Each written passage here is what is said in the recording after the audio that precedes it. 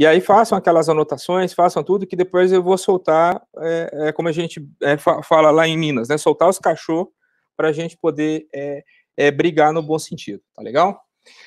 Então, né, nessa reflexão aí, a gente vê ali, né, o TAF, né, teste de aptidão física, né, o THE, né, teste de habilidades específicas, né, bastante colocada também em editais, né, e determinados contextos de batalhões específicos, e o simulado operacional, tá? De bate-pronto, né, eu fiz dessa forma porque aquele teste de habilidades específicas, de uma determinada forma, é sinônimo do simulado operacional, né, dentro de alguns conceitos que a gente acaba entendendo. E o artigo, né, não chega a ser bem um artigo científico, mas é uma matéria, né, de revista, né, de circulação americana ali, tem autores, né, de renome que fizeram aquela matéria, né, então é como se fosse a boa forma, né, da polícia americana, né, fizeram ali um comentário, né, sobre os diferentes tipos de teste, né, para que serviria cada um deles. E aí, quando li, né, isso no ano passado, né, isso me deu bastantes insights, né, para a gente poder chegar no nível de conclusão aqui, né, e a partir daquela leitura você começa a pegar artigos também. Então, né, no próprio artigo ali, né, ele diz, né, a seleção de testes de aptidão física apropriados e o estabelecimento de padrões tem pontos de vista conflitantes, né, e evidências de apoio. Uma das razões predominantes para esse conflito e confusão deriva do fato de clareza e compreensão quanto ao propósito do teste de aptidão física, né. E aí ele vai e fala um problema, né, que você vê que o problema não é só aqui, né, é lá também, que ele fala do slogan genérico, né? Então, passou no teste, está apto para o serviço, né? Então, está apto ou inapto, né? Então, fitness for duty, né? Que eles colocam ali. E aí eles vão e colocam, ele coloca ali na introdução, né? Algumas perguntas, né? Ele fala assim, olha, o teste que você está fazendo, né? Ele é um preditor de risco de lesão? Ele é uma medida, né, de saúde e bem-estar? Ele está medindo a capacidade de realizar as tarefas ocupacionais, né? E geralmente nesse ponto aí você olha para o simulado, né, operacional. E as pessoas, né, que têm aquela dificuldade, né, que ele comenta anteriormente, basicamente responde sim para os três. Não, o teste que eu faço mede os três, né? E aí ele faz uma puxada de orelha ali, né, falando que os três usos, né, potenciais aí de um teste, né, não são mutuamente inclusivos. Essas três perguntas, elas não são mutuamente inclusivas, perdão, né. Inclusive, ele coloca ali alguns exemplos, né, de que o fato de uma pessoa ir bem, né, num teste aeróbio não significa que ela está bem num teste ocupacional, né, e ele fala bastante coisa também sobre risco de lesão, né, então testes para medir risco de lesão. E aí eu trouxe algumas coisas, né, para vocês nesse sentido, né. Então, dentro dessas três perguntas, né, a primeira pergunta dele é, o teste mede, né, risco de lesão ou não? Isso é fundamental, porque quando tem ali o injury, né, que ele coloca ali, não é só uma lesão aguda, né, minha posterior está doendo agora, né? Essa lesão pode ser uma lesão crônica, surgiu uma lombalgia, né, surgiu uma bursite, né, surgiu uma tendinite, isso são situações de lesão, né, também, tá, que não é uma lesão aguda. E ele vai e coloca, né, que o recruta, né, tem mais risco de lesão do que um oficial, né, do que alguém que já é formado. E aí ele explica em relação à carga de treino, né, que aquela galera recebe e assim por diante. Então ele já põe ali de bate-pronto, né, os níveis de condicionamento físico necessários para mitigar o risco de lesão são projetados para identificar que correm um risco maior de lesões, independente, né, da idade ou do sexo. Então, esse é um outro fator interessante na leitura do artigo, né? Ele fala assim, que quanto maior for o condicionamento físico de uma pessoa, né, menor é o risco de ocorrer lesão. Isso está escrito no artigo. Aí fala assim, Anderson, o que você acha desse ponto? Eu acho complicado, né? E complicado em que sentido, né? Inclusive, a gente estudou isso na disciplina de treinamento físico militar lá. Se você olha para um atleta de alto rendimento, a palavra já diz, ele está altamente condicionado fisicamente. O cara está quebrando recordes e recordes, né? E o número de lesão naquele nível é enorme, né? Então, o quanto tem que ser, né, desse nível de condicionamento é algo que a gente está acompanhando, pelo menos estou levantando alguns estudos fora do esporte, né, mais na área militar, é algo que você vê que a galera ainda está engatinhando, tá? E aí você vê alguns dados, né, que fazem esse tipo de associação. Maior condicionamento físico, menos o risco de lesão. Concordo, tá legal? Até que ponto? Ó, se pensa num atleta de alto nível, não é assim que acontece. Então, vamos ver o que o pessoal tem colocado na área policial e dos bombeiros efetivamente. O PARI-TEST, né, todos aqui já estão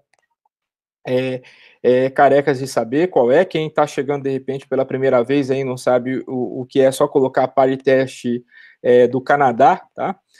No YouTube, aí você vai ver um teste, que é um teste que faz um simulado operacional de perseguição e apreensão, né? No nosso canal do YouTube, lá também eu fiz uma videoaula ali, né, para discutir sobre isso. E aí eles colocam o seguinte, né, que está exatamente dentro do perfil do artigo, que está correto, tá? A relação da performance no PARI-TEST e o risco de lesão, né? Então, o tempo que a pessoa completa o teste, né, aí fica, né, o nível de aptidão física dela, né? Então, tá a partir do considerável aqui, você pode falar, pô, o cara já está muito bem condicionado, né? Até o alto nível, em relação a 3 minutos e 21 segundos, 3 minutos e 39, 3 minutos e 59. E aqui embaixo, como é que ficaria o risco de lesão, né? Então, se a pessoa completa um teste, né, que eles estabeleceram ali, acima de 4 minutos e meio, ela não está apta para as atividades laborais, então ela vai ser reprovada. Se tiver 4,33, ela está aprovada para as atividades laborais. Só que ela é considerada com baixo nível de aptidão física e ela tem um considerável risco de lesão, né? Inclusive, essa pessoa ela é obrigada a, pelo menos, né, na descrição ali, a fazer atividades físicas para melhorar o seu condicionamento. A partir de 4,15, né, não tem punição ali para ele, mas ele coloca lá, né, aumento do risco de lesão. Algum risco de lesão, né? 3,39, estou fazendo aqui com a setinha para vocês acompanharem, baixo risco de lesão. E fazendo 3,21 ou menos, insignificante risco de lesão, né? Esse tipo de dado, né, está correto, né, nesse sentido, se você pensa numa questão de lesão aguda, né, ou próximo disso, né? Por quê? Né, no teste operacional tem lá, né, sobe escada, desce escada, salta, cai de um lado, cai do outro, você fala, pô, se o cara tiver, né, uma limitação para fazer um determinado movimento, ele ficaria mais lento, né, para fazer essas ações. E aí você consegue ter uma análise ali naquele momento. Naquele momento, você pode falar que ele está com insignificante risco de lesão, né? Mas em médio prazo e longo prazo, né? Se ele estiver muito próximo daquela situação que eu comentei com vocês, como um atleta de alto rendimento, né? E isso também é interessante, mas você fala assim, de onde eles tiraram esse item, né? Para falar que é baixo, para falar que é alto, né? Aí eu aprendi também ali na caserna, né, da disciplina, que pode ser através do TOEFL, né? Então a gente tem o TAF e o TOEFL, né? Como bem diz o pessoal que estava na disciplina, né? Que é o teste de opinião física, né? Então, a minha opinião que fazendo 4,21 não tem risco nenhum de lesão, né? Muito baixo, né? E fazendo 4 minutos já tem bastante risco. Você fala, qual o dado científico que mediu isso? E é isso que é importante de enxergar, né? E aí, na hora que você vai começando a levantar mais informações, né, isso aqui nem chegou a ser um estudo ainda, foi uma apresentação, nessas apresentações a gente apresenta em congresso e assim por diante, né, fazendo esse tipo de associação, né. Então, se não tiver bem condicionado, né, que é o que está dizendo o título ali, eles têm risco de lesão, né. Então, algo que você começa a identificar sistematicamente, né? E essa apresentação dele, né? Deles aí, dos autores, mostram isso de uma determinada forma, né? Então, uma correlação alta entre recrutas, né? Com baixo nível de condicionamento físico, tendo lesão não aguda naquele momento, tá legal? Que a gente estava vendo ali, mas ao longo do curso, né? Então, ao longo da formação de recruta, tá? Então, esses dados começam a ser levantados. Aí você fala, que ano que é isso? 2020, tá? Aí você vê aqui 2 estudos de 2019, né? E fazendo coisas ali que, né, a gente começa a ver e fala, pô, a gente está começando a brincar aqui também, né? Então, você olha ali, um estudo de 2019. Vamos fazer ali o FMS, né? O Functional Movement Screen. Aí o pessoal está ali fazendo esses movimentos, né? Só que fazer o movimento livre é uma coisa, né? Fazer o movimento com uniforme é outra. A pessoa está bem condicionada, mas aquele tipo de uniforme que ele está utilizando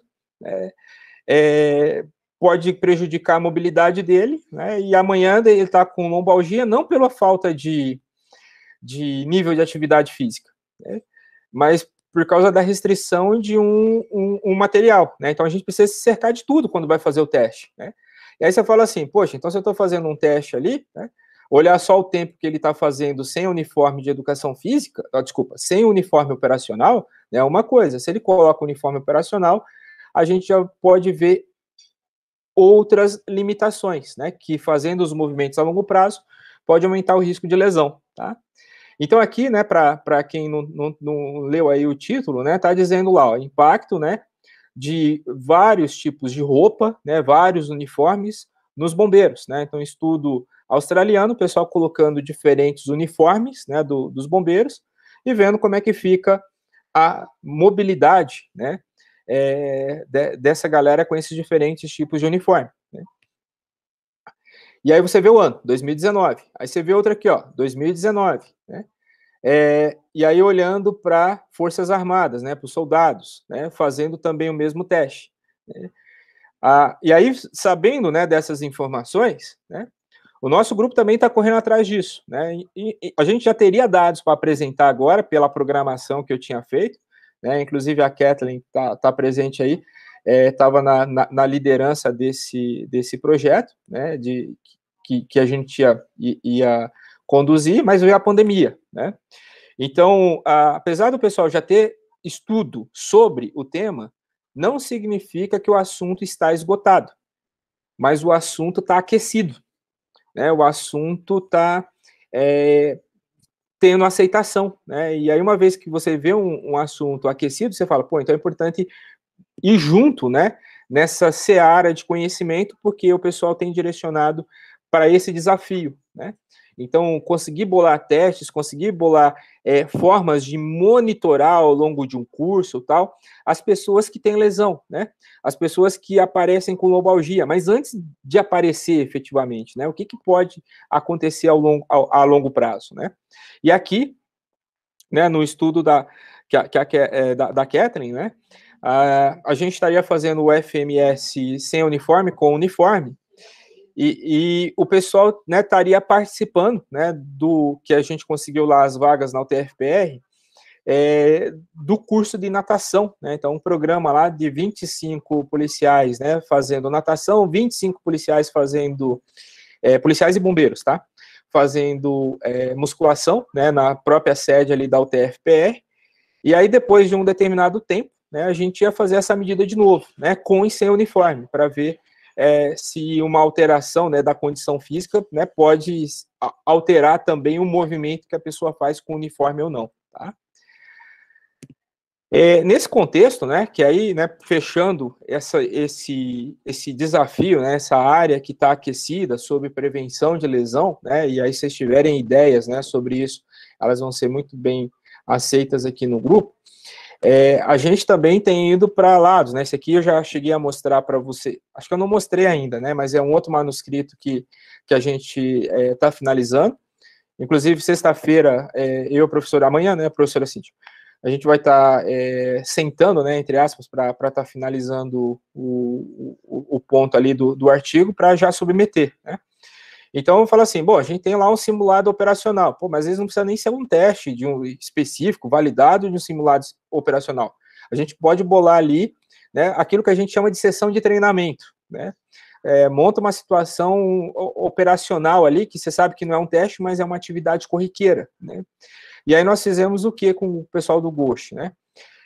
Eles chegaram para mim e perguntaram, né? Falaram, olha, como é que a gente pode testar o novo protótipo aí que está para ser adotado, que é o uniforme Gold, né? Se ele é melhor ou não do que o RUF, né? Você fala, pô, primeiro passo, podia fazer o FMS, né? Mas estava no meio da pandemia, era no começo da pandemia ali, a gente fez a coleta até em março, e a gente nem sabia o que efetivamente acontecia se pegasse Covid, né? Então, os alunos não foram, a gente parou os projetos em si, mas falaram, não dá para fazer isso, mas dá para fazer algo, de repente, mais à distância, né? E aí colocamos lá monitores cardíacos na galera e fizemos ali variabilidade da frequência cardíaca, né? E nível de dor, né, músculo esquelético em diferentes partes do corpo, né, depois de uma caminhada em montanha ali por 20 quilômetros, tá legal? E aí nessa situação, né, você fala, poxa, isso tá dentro daquela tendência de prevenir lesão, né, tá dentro daquela tendência de olhar para a saúde, mas não para o tratamento do problema que já existe, né, o cara já tem dor lombar, a gente também está fazendo isso, né, então não é uma prevenção de lesão, você está pensando em saúde, né, e essas condições são condições de prevenção, né? Eu acho que isso é tem uma relevância, né, acadêmica, estou mostrando isso para vocês, mas uma relevância social muito importante, né? A gente tem que começar a pensar isso aqui no Brasil, tá? E aí, tá? Finalizando, né, os dois últimos slides aí, só que são 2 slides poluídos, né? São os pontos que eu quero levar um pouquinho mais de tempo, que é fazer uma associação, tá, dos 3 aí, tá bom? Então, quando lê ali TAF, tá, pensa na prevenção da lesão, pensa na saúde. Quando olhar simulados operacionais, né, pensa no THE, né, que está escrito ali até na segunda parte ali, ó, habilidades específicas, tá bom? E aqui eu coloquei as vantagens, né, porque o que acontece muitas das vezes, né, o pessoal, quando começa a sair da Matrix, né, toma a pílula azul, aí vê o primeiro artigo, né, ou o primeiro resultado, acha que fala, e fica com a síndrome do último artigo, né? Esquece toda a ciência anterior e vamos ficar com esse, né? Você fala, não, peraí, calma, né? Tudo na vida tem vantagens e desvantagens, né? Vamos elencar quais são as vantagens e desvantagens nessas condições, né? E quando você pensa em TAF, né, o TAF tem uma validade de construto muito grande, que é esse primeiro item que está aqui, ó, tá? Então, falando só de vantagem dos dois, tá bom? E aí eu vou fazer a leitura assim, tá bom? Assim, não é ele não está comparativo aqui, quando você está passando o olho aí, né? Ele não está uma relação direta, ele está, né, na vertical aí, nessa leitura. Você fala, isso aqui que é uma validade de construto. E aí eu coloquei aqui uma explicação aqui embaixo, né? Como um exemplo, tá? Uma explicação a partir de um exemplo.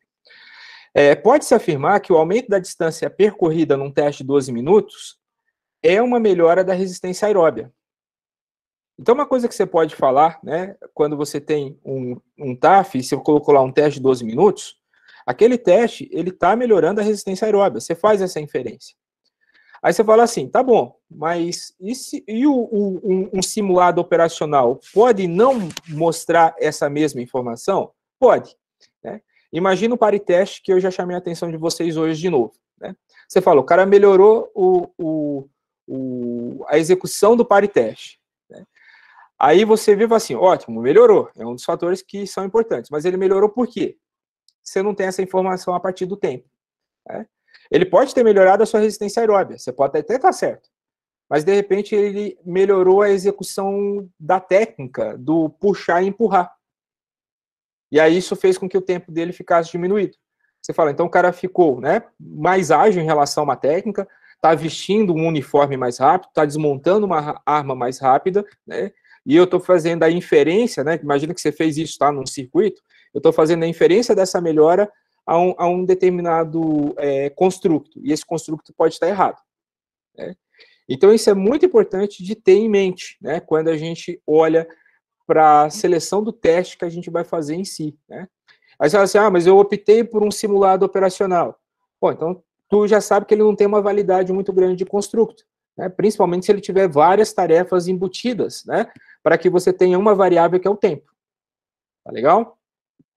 Dados normativos dos resultados facilitam a prescrição de exercício. O TAF ajuda nisso, né?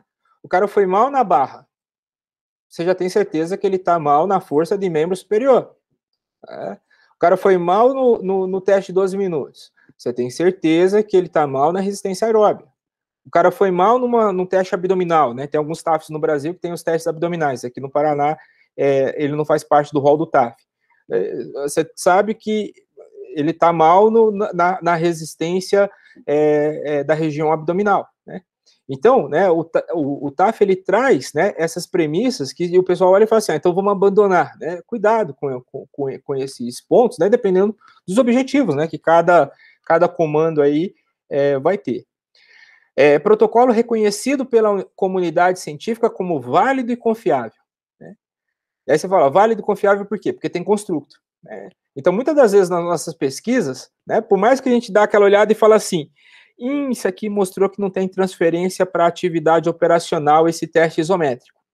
Você fala assim, mas se eu não tiver esse teste isométrico, eu não vou ter nenhum construto para afirmar, para discutir, né?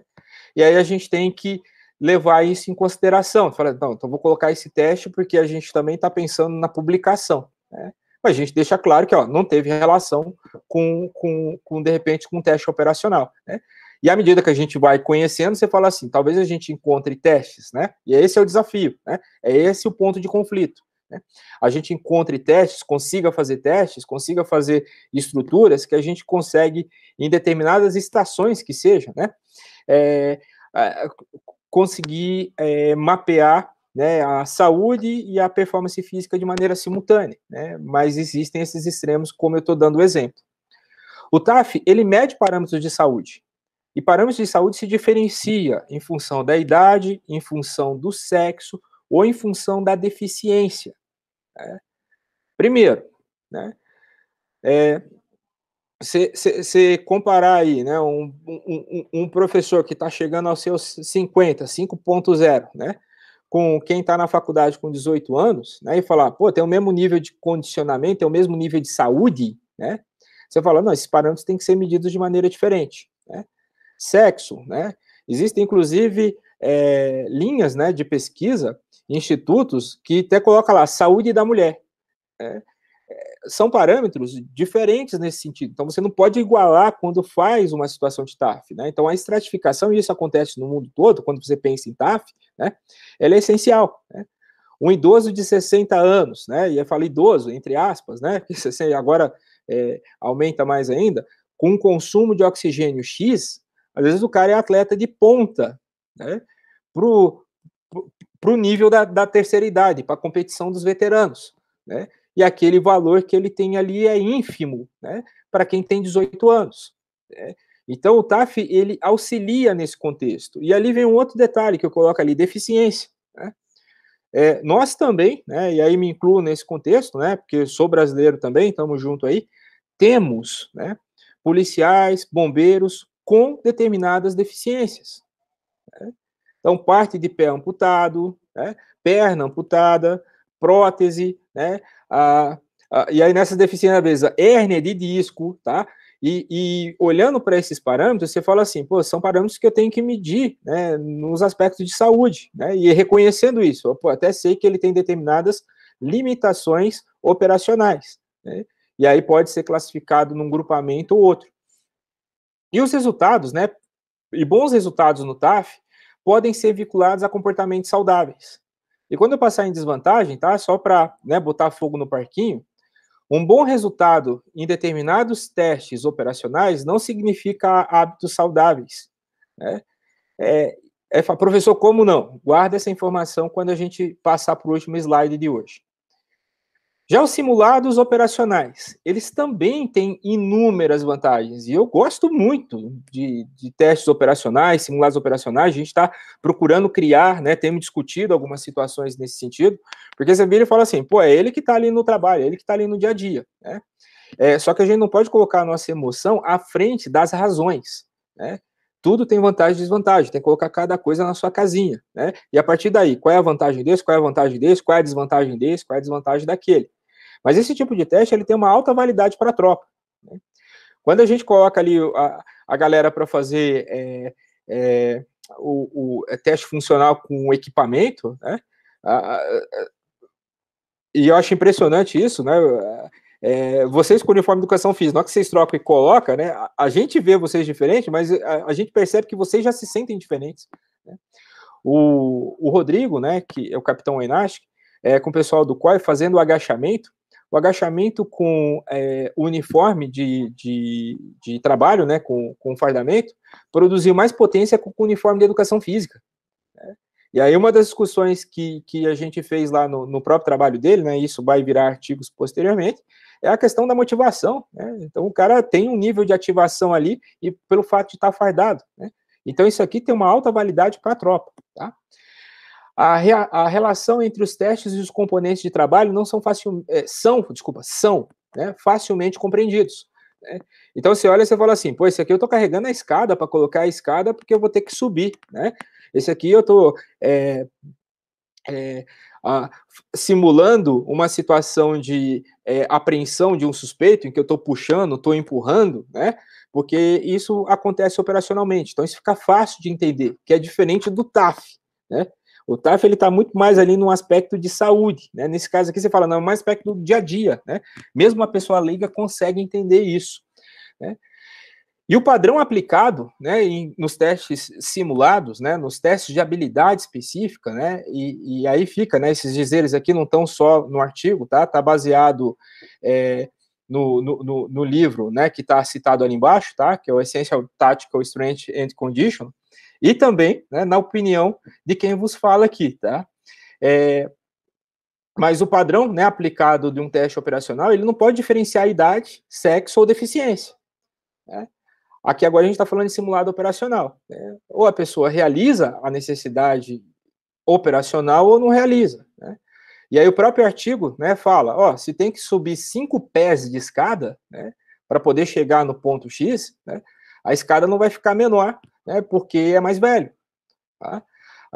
Se o cara tem que carregar lá o equipamento, né, e, sei lá, uma serra hidráulica aí, né, que pesa 8 quilos, né, ou escudo da choque, né, que tem que segurar com a mão esquerda, se eu não me engano lá, né, até vi ali com o Jean, que me explicou isso aí, tem que segurar com a mão esquerda e ficar ali, né, por determinado tempo, e aquele escudo pesa 7 quilos, não dá para fazer, para você vamos fazer uma adaptação e vamos fazer um escudo específico para você que pesa 5 quilos, porque você tem uma deficiência, né, ou adquiriu uma deficiência, isso também é muito importante, né? Porque às vezes acontecem situações em que a pessoa é selecionada, aí ela foi selecionada e se lesiona. Ela se lesiona e não consegue mais cumprir aquela tarefa operacional. E a pessoa fala assim, tô com dó, né? Você fala assim, bom, a questão, né, da dó a gente tem empatia, né? Porém, todavia, entretanto, a gente tem que começar a pensar na eficiência das coisas, aquilo que eu falei, cada coisa, né, na sua casinha. Ao olhar, né, para um teste em um simulado, a gente consegue ver, tá? E ele explicita pontos fortes e fracos das habilidades operacionais. E habilidade não é sinônimo de capacidade, né? Uma resistência aeróbica é uma coisa, a habilidade operacional são coisas diferentes, né? Então aqui, para quem está na educação física aí, tem que lembrar, né, da diferença entre capacidades e habilidades motoras, tá? E aí depois, na hora que a gente abrir para discussão, caso tenha mais dúvida, a gente comenta sobre isso aqui. E uma coisa que é interessante, né, que eu considero uma vantagem também, é que os simulados, né, operacionais, os testes de habilidades específicas, eles criam um viés de treinamento para trabalhar a capacidade de trabalho, né? Então você fala assim, eu tenho que treinar. Na hora que olha para o TAF, a galera tem que aumentar a corrida de 12 minutos, a galera treina a corrida, né? Chega nesse caso aqui, não, eu tenho que melhorar, né? E aqui é o exemplo do equipamento do push and pull, né? Tem que melhorar a técnica de execução, de apreensão de um suspeito, né? A pessoa vai ficar treinando mais naquele aparelho, tá legal? Então eu vejo isso como uma vantagem também. E a desvantagem? né, assim como a gente disse, os dois trazem desvantagens. Os dois trazem desvantagens, tá? O TAF cria um treinamento, um viés de treinamento para o teste, ao invés da capacidade de trabalho. O resultado, que se tem no teste pode ter um baixo poder preditivo para você predizer qual é a capacidade de trabalho, né, daquela pessoa, se ela está apta ao trabalho ou não. Tá? E aí, olhando para uma situação, né, em relação ao teste de 12 minutos, ao estar aprovado num teste de 12 minutos, né, numa corrida de 12 minutos, você fala assim, ele está apto para trabalhar como policial, como bombeiro. Você tem que tomar bastante cuidado com isso, porque qualquer maratonista, e aí eu faço essa pergunta retórica para vocês, está preparado para ser policial e bombeiro? E ele vai estar em primeiro, né, na seleção desse TAF específico. A relação entre o teste e os componentes de trabalho não é facilmente compreendida pelo avaliado. Né? Assim como a gente tem certeza ali que não tem grandes transferências, né? A correlação não é 1, mas de repente ela é 0,4, você fala, já tem alguma coisa, já explica, né? Que a gente vê isso na evidência, o avaliado nem enxerga esse 0,4, né? Ele pode achar que é uma perda de tempo, né? E isso desmotiva, tá? E a estratificação tradicional é separar, né, por faixa etária e por sexo, tá legal? E esse item aqui, né, eu coloquei 3 asterisco aí, que é um ponto que a gente pode entrar nessa área para outras reuniões, né, para estar discutindo mais, tá? E hoje a gente pode discutir também, mas é um ponto bastante sensível aqui que a gente está buscando respostas dentro do nosso grupo. Aquilo que eu comentei com vocês, né, que as habilidades e capacidades podem ser confundidas, isso é uma desvantagem, né, para um simulado operacional. E aí eu dou um exemplo aqui, ó, tá? Um veterano, né, e me corrijam se eu estiver errado, tá? Pode ter um ótimo resultado num simulado operacional porque ele domina as técnicas. Então ele já tem as habilidades de dominar aquelas técnicas, né? É igual um expert, né? O cara já economiza para fazer as diferentes situações. E, de repente, ele está com baixo nível de força. Ele consegue completar as tarefas feitas, e de novo, estou pensando em N, pensem vocês também, né? Em N simulados diferentes, né? N simulados ali que você fala assim, poxa, esse simulado ele não exige um nível de força X, né? Que seria ideal para N outras tarefas. Né? E aí você fez aquele simulado, a pessoa foi bem, só que ela tem esse baixo nível de força. A familiarização com uma curva de performance, né, o que mascara o efeito do treino. Né? Então, você tem uma atenuação, né, da curva de performance e não saber o que você vai treinar, né, qual componente eu treino, porque ele não melhora mais. Né? E aí você fala, meu teste tem tantos elementos, né, que estão próximos da realidade, mas não sei quais elementos estão explicando a falta de melhora daquele meu soldado. Tá?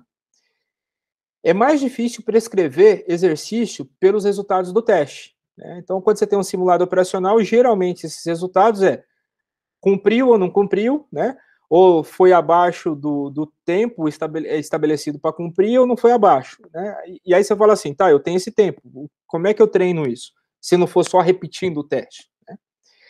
E assume, tá, que os componentes do trabalho são representados por proporções apropriadas na simulação. Né? Então, isso também é um risco bastante grande, tá? E uma desvantagem. Por quê? Você bolou um teste e um simulado operacional e está levando em consideração e acreditando, né? Porque você não está vendo a situação real, né? Você está acreditando que aquilo é suficiente para a simulação, né? E a experiência da caserna, né, traz essas informações para vocês, tá? E aqui, ó, por fim, tá, esse item 3, que eu acabei saltando aqui, que a avaliação da capacidade operacional, né, pode ser diferente da avaliação da saúde a longo prazo. E aí, aquele item que eu tinha pedido para vocês guardarem. O fato de ir bem num teste operacional não significa que a pessoa está bem de saúde. Né? Deu o exemplo do expert, agora eu vou dar exemplo de outro. Né? E aí deu esse exemplo aqui embaixo. Ó. Um avaliado pode ter limitação na mobilidade, né? Então, ele tem uma mobilidade menor no tornozelo, por exemplo. Tá? E aí, o que ele faz o tempo todo para fazer essas ações, uma vez que ele tem que correr e tem pouca mobilidade no tornozelo? Joga isso para o joelho, né? Joga isso para a lombar. E aí ele foi muito bem no teste simulado. E aí você fala, pô, o cara é bom, o cara tá ótimo de saúde, o nível de lesão dele, aí lembra do primeiro item que eu fiz lá a reflexão, é baixíssimo. Né? Aí você fala assim, se você não mediu, de repente, um FMS, e um FMS, né, que a gente falou lá, ele está dentro de um contexto de TAF. Né? Ele poderia estar identificando essa limitação no tornozelo direito do militar X. Né? E aí evitando, de repente, uma dor lombar, né, porque o tempo todo que ele tinha que fazer movimento, ele compensava ali, né, daqui um ano e meio. Tudo bem, pessoal? Então, né, a gente tem mais assuntos, tá, para discutir sobre essa temática, né, uma temática que eu acho que é super importante, mas eu termino por aqui. Fiquem à vontade aí para discutir.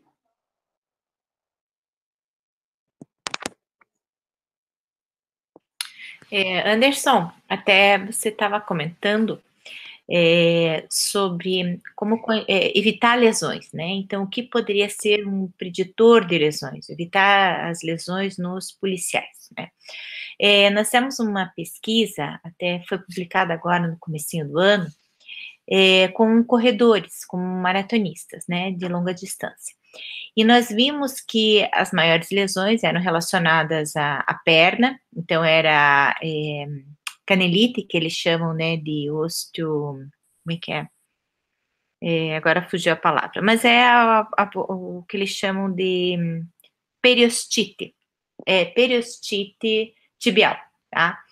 E isso foi realmente as lesões que são mais, que a gente conseguiu identificar entre os corredores de longa distância, né, os maratonistas.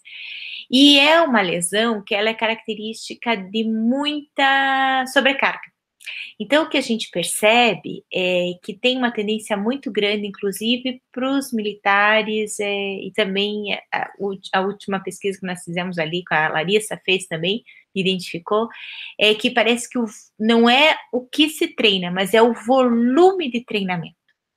E nessa pesquisa que nós fizemos também com o Ricardo, e daí que a gente publicou, teve uma relação muito grande, até foi preditor, o volume de treinamento.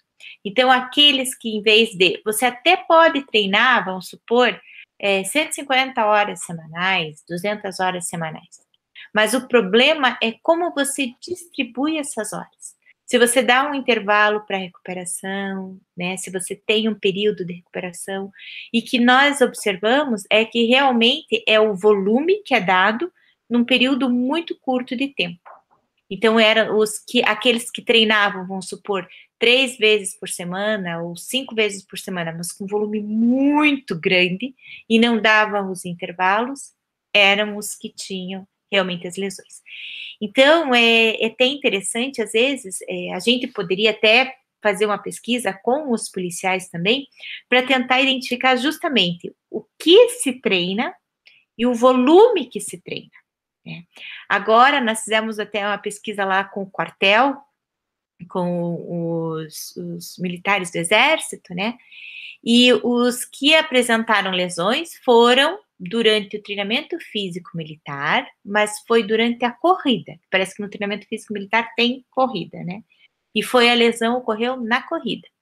E os que apresentavam essas lesões que eram canelite, né, essas lesões que são caracterizadas por justamente o estresse, impacto muito grande, eles treinavam assim 520, acima de 500 horas semanais.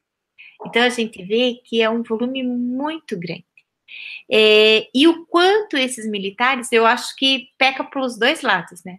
Aquele lado que não treina muito pouco, e por outro lado, tem aquele pessoal que tem um volume que treina muito, tem um volume muito grande e não consegue distribuir esse treinamento. Então, quando tem, treina aquele volume enorme, né? E eu acho que é justamente esses dois extremos que a gente precisa né, compreender e ver realmente o que mais existe na polícia, né, nos policiais. Tá? Perfeito, Cíntia. Cleoni, quer fazer um comentário de volume que nós discutimos exatamente, né, parecido, não com essa competência que a professora Cíntia fez, mas na disciplina? Vamos ver o que assimilou lá de conteúdo. Colocando o cara no choque. Vamos lá. Então, a gente até tem aquele instrumento lá, até tinha anotado aqui, WAK. Esqueci agora, professor, o nome do artigo, né? Justamente para avaliar esse estresse da carga de treino, né? Geral, ali no contexto ali. E teve um dos artigos da disciplina também, né? Falando. Se não me engano, o desenho do estudo era assim: eles faziam treinamento de força e treinamento habitual, né? Do TFM. E daí, na metade acho que depois de 6 semanas, eles paravam o treinamento de força e fazia o habitual e o específico, né? Que daí entrava técnicas de luta, técnicas de mobilização policial e alguns treinos, tipo adentramento tático e outros, né? E daí ele avaliava as variáveis ali referente à potência, à resistência, e para ver se essa troca manteve os padrões, né? Para ver se o treino estava sendo efetivamente específico. Eu achei bem interessante esse artigo. Foi da matéria. E alguns não se manteram, não se mantiveram, né? Quer dizer, o treino não está sendo tão específico assim, né? Que você espera que quando você troca para a fase específica, se mantenha o padrão, porque teoricamente é um meio de treino diferente, porém é a mesma capacidade, né? Em tese. Mas não se manteve, achei interessante. E também referente ao volume, né? Será que é. Agora esqueci, professor. Eu tenho aqui anotado, já acho. Não, imagina. Eu coloquei na pressão para ver se lembrava de qual, mas você lembrou de um artigo importante. Né? E nesse que você lembrou, também não tinha lembrado antes. Mas fazendo um comentário, né, anterior, e eu apresentei para eles, né, a gente leu esses estudos, o que tem acontecido com o esporte moderno atualmente. O volume de treino tem reduzido. Volume de treino reduzido, trabalhos com maior intensidade. Número de lesão diminui. Tempo de atividade no alto rendimento aumenta. Antes, o jogador de futebol com 30 anos era velho. Né? Ontem eu estava vendo o Fábio Santos jogando. Eu falei, caraca, tá jogando até hoje. Né? Então, essas situações, né, na hora que a gente olha ainda, né, e, de novo, estou vendo de fora, a gente está estudando isso, esse tipo de comportamento está chegando agora, ou pode chegar, né, na área militar, né, o que a gente pode aproveitar disso. E um último comentário, né, sobre essa questão do controle de carga, Cíntia, aí falando, né, do seu ponto, tem uma revisão sistemática que mostrei lá na disciplina também para o pessoal, e a galera levanta a revisão sistemática fazendo uma análise de qualidade, né? Então não adianta também você pegar qualquer estudo, né, que não fez dado, coisa assim, então eles vão lá e cortam a qualidade. E o cara coloca no objetivo, né? Ele fez um levantamento tanto de atletas, né? E ele escreve atletas humanos quanto de atletas táticos. É exatamente assim que ele escreve, né? Então ele separa e fala assim: atleta humano e atleta tático. Atleta tático seriam os militares. Né? E levantou 44 estudos. Dos 44 estudos, apenas 2 eram com militares. E dos 2 com militares, um é com piloto de avião ou helicóptero, não lembro, Cleonice, se você lembrar, você me fala aí. E o outro do exército australiano. Aí você fala assim: policial e bombeiro, cadê? O Tenente Piana levantou a mão. Fica à vontade, Tenente. Pode falar. Não precisa levantar a mão, não, gente. É só abrir o microfone na hora que tiver o intervalo aí. Opa, tudo tranquilo? Boa tarde, tudo bem, pessoal? Vocês, todo mundo me ouve? Estamos ouvindo. Beleza, só dar algumas considerações, né? Como eu fiz o curso no Exército, né? Posso dar algumas contribuições em relativo a como é que é o treinamento deles, a própria questão do TAF, né?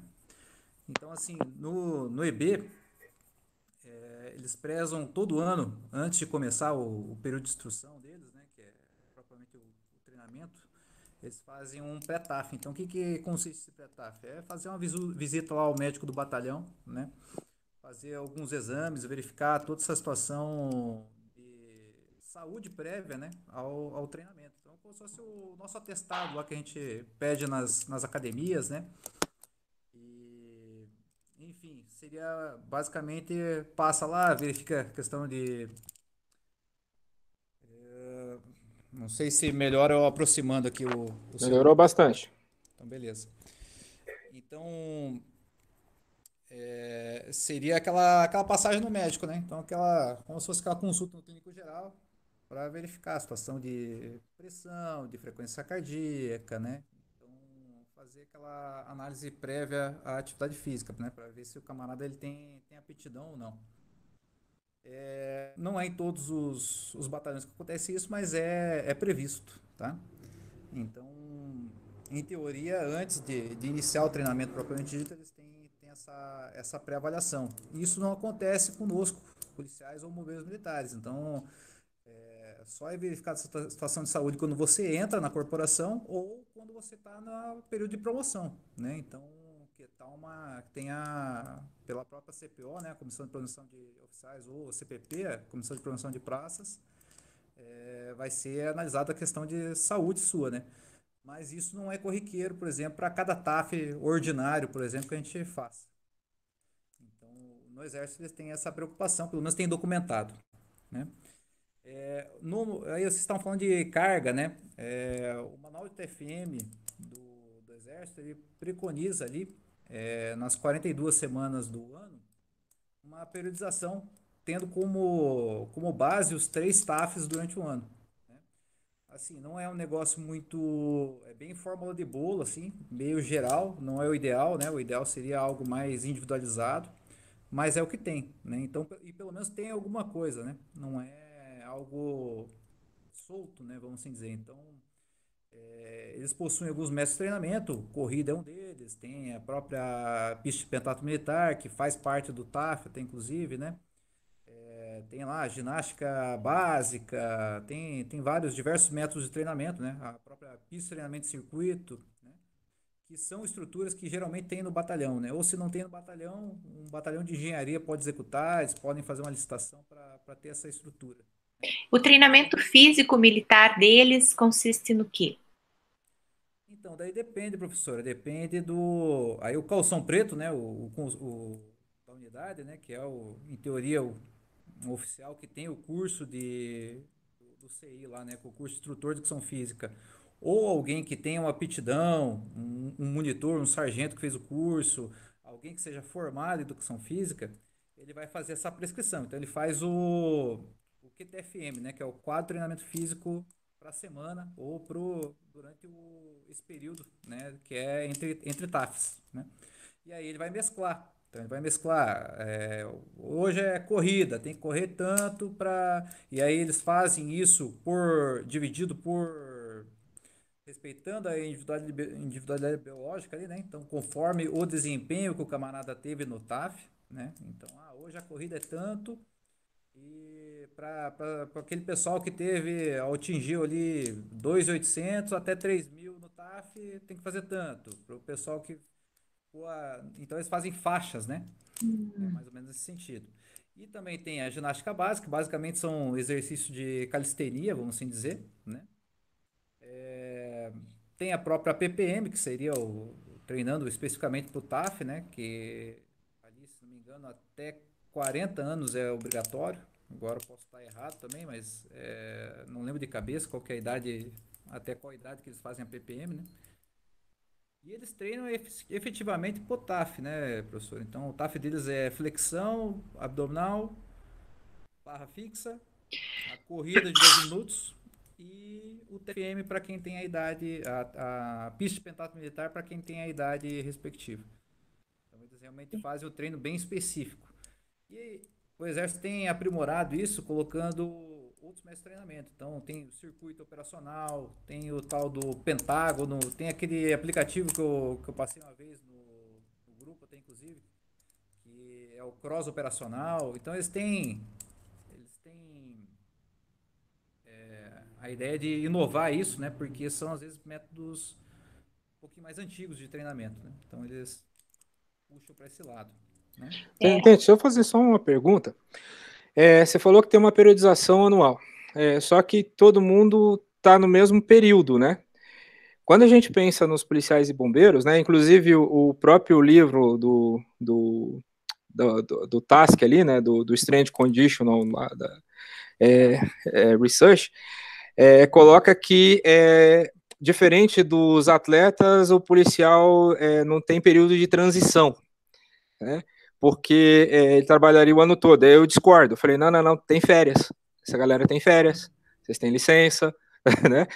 E aí você fala, as férias seria o período de transição, só que ela não acontece de maneira sincronizada. E isso no Exército, pelo que você explicou, todo mundo começa ali no começo do ano uma bateria idêntica, como se fosse um treinamento esportivo mesmo, porque o pessoal acompanha o ano todo.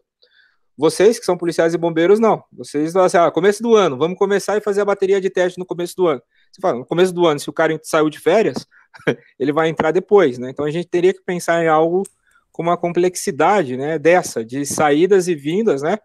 O pessoal não está no mesmo nível. Tem gente que está chegando de férias, outro entrando, né? Ou voltando de lesão e já entra direto para uma operação difícil.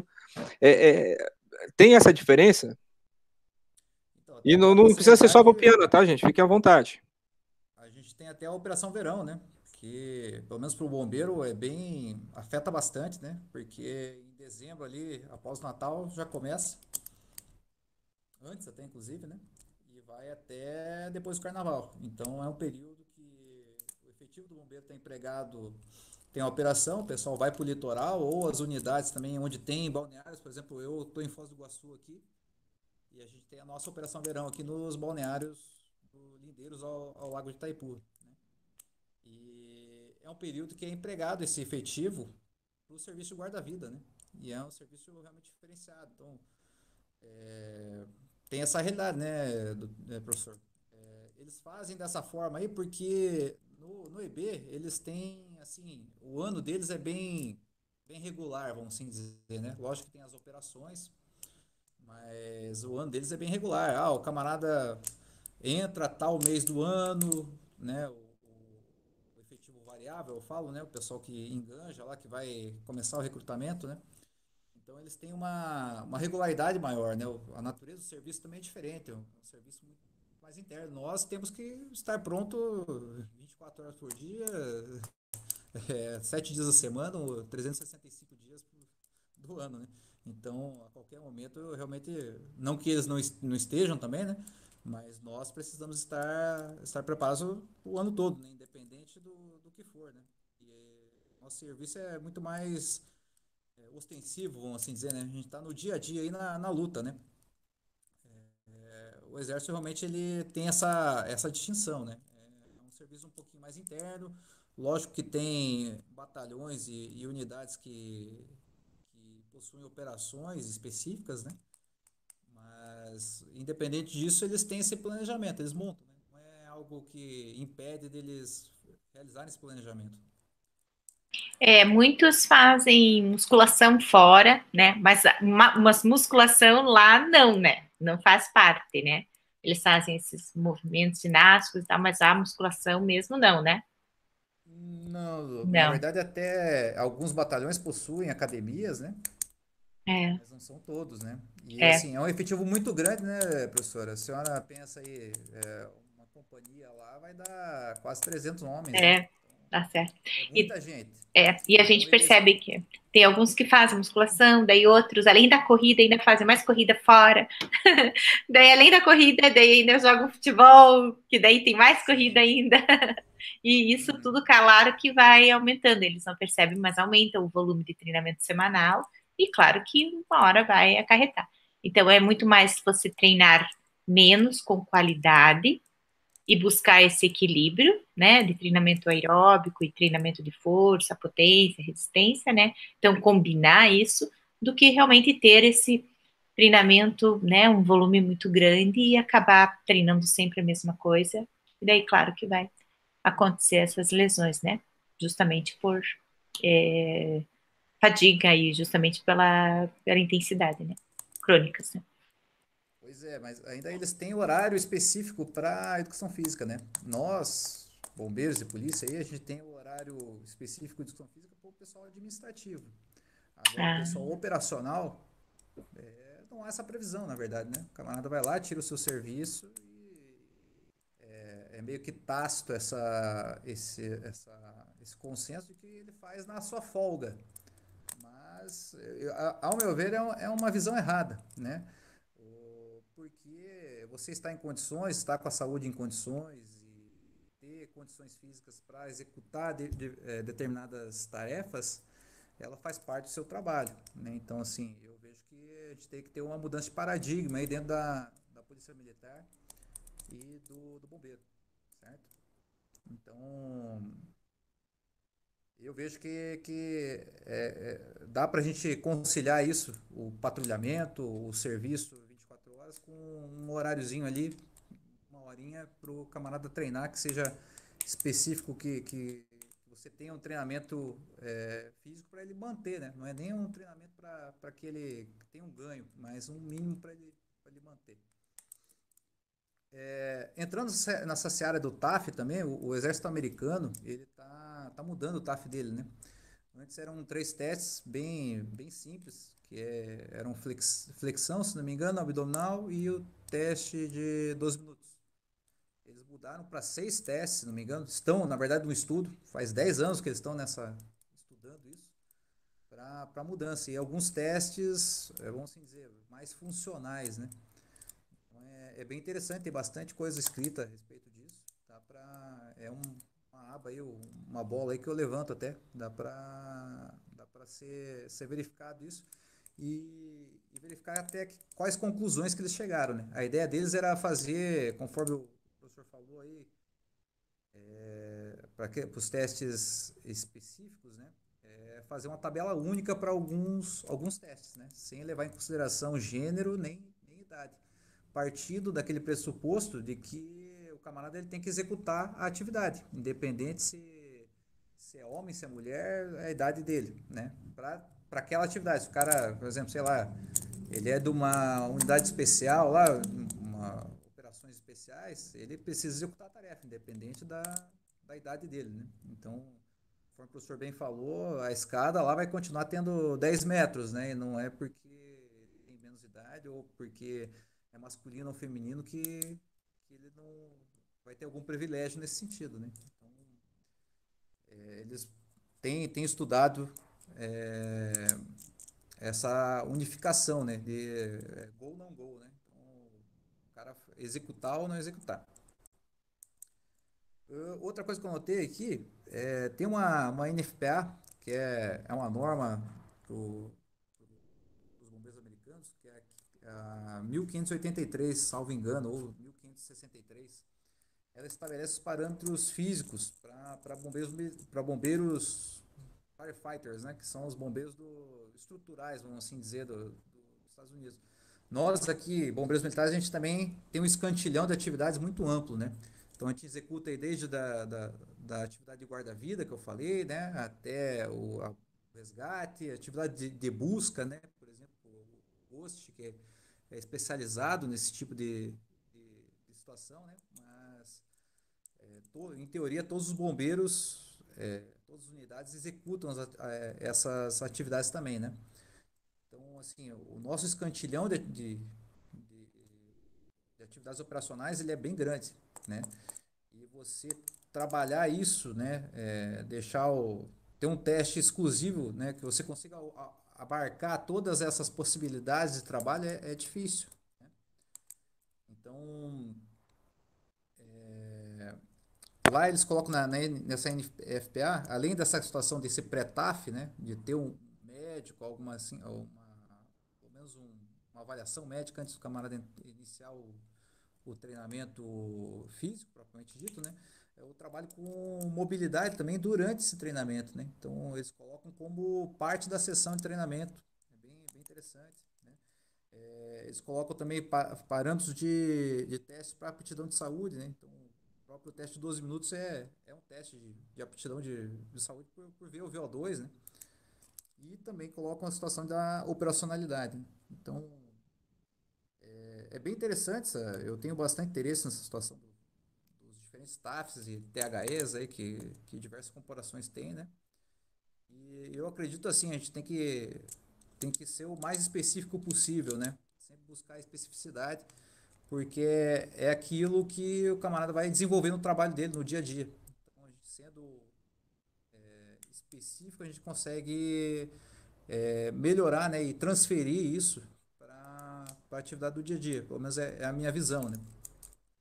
Não deixando os outros parâmetros de lado, né? Então, trabalhar sempre em conjunto, tentando sempre alcançar a melhor condição, hein? Basicamente era isso aí que eu tinha só para falar, né? E qualquer outra situação em que eu possa agregar, eu sempre estou à disposição, hein? Obrigado, Tenente. Alguém mais, pessoal? Professor, achei aqui, ó, aquele artigo é o PICO, o método o instrumento que eles utilizaram, né? Então eles executaram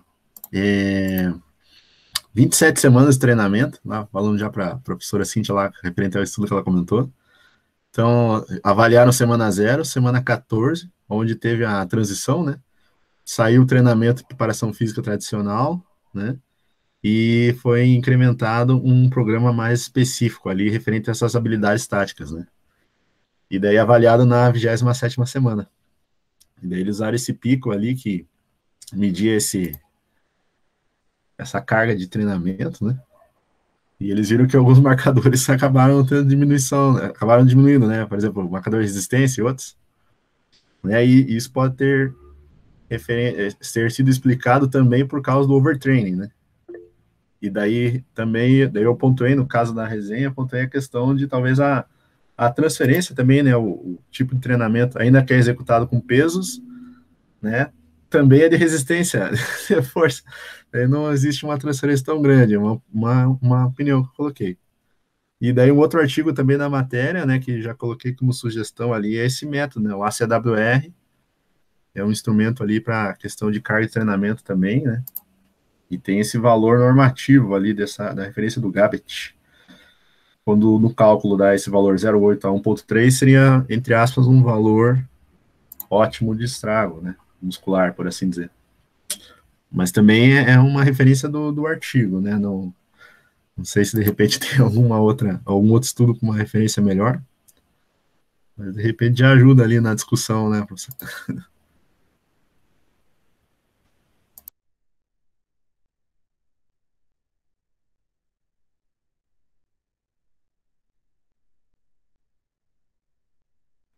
Anderson, volume, tem que ligar o volume ali. Que viagem errada.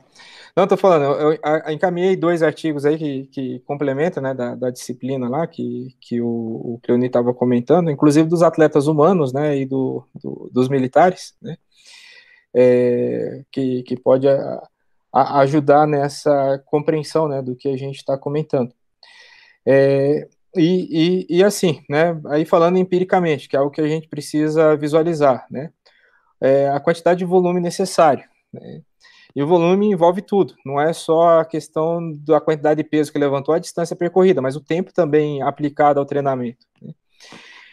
E aí está mais focado para performance, né? Não foi lesão em si, né? Que aí é outra história. O que vai acontecer com o processo de lesão? Isso seria uma continuidade.